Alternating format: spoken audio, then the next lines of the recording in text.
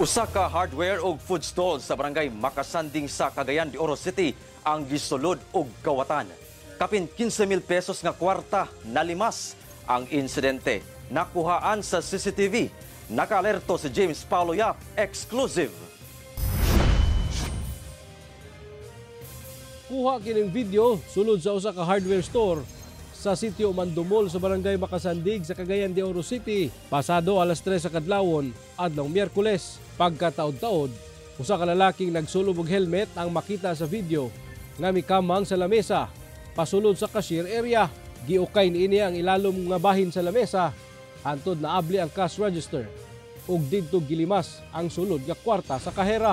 Sumala sa tag-iya sa maong hardware, lakip mga sinsilyo gipatos sa suspect. Apan wala pa daw kini na kontento kay ang tapad nga food stall nga gipanag-iyahan sab nila gikawatan sab sa maong kawatan kun asa miabot sa 15,000 pesos ang natangag sa suspect, samtang wala pa niya gibutyag kung pila ang kantidad sa nakawat sa ilang hardware. Iyahag yung gamitan og tools nga maguba na ang doorknob, unya ang katong padlock nga flat bar iyang giguat.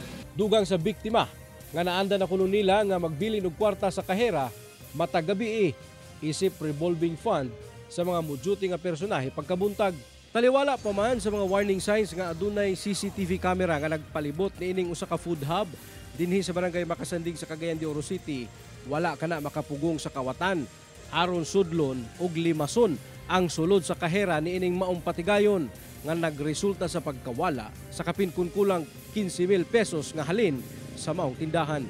Sumala pa, ubay-ubay na sab ka mga negosyo ang gikawatan niadtong mga milabayng adlaw.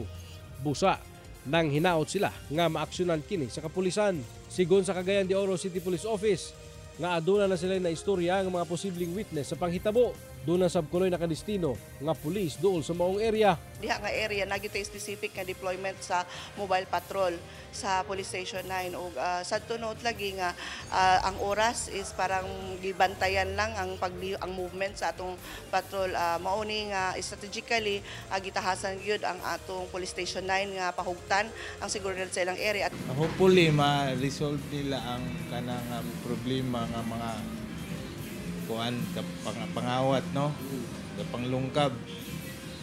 Hopefully makuha na sila kay para wala na yung biktima. Hinoon nagpahigayon kuno sila og backtracking sa mga CCTV nga anaa dool sa area aron masuta kung asa nagikan ang maong suspect ug kung aduna ba kini kaubanan.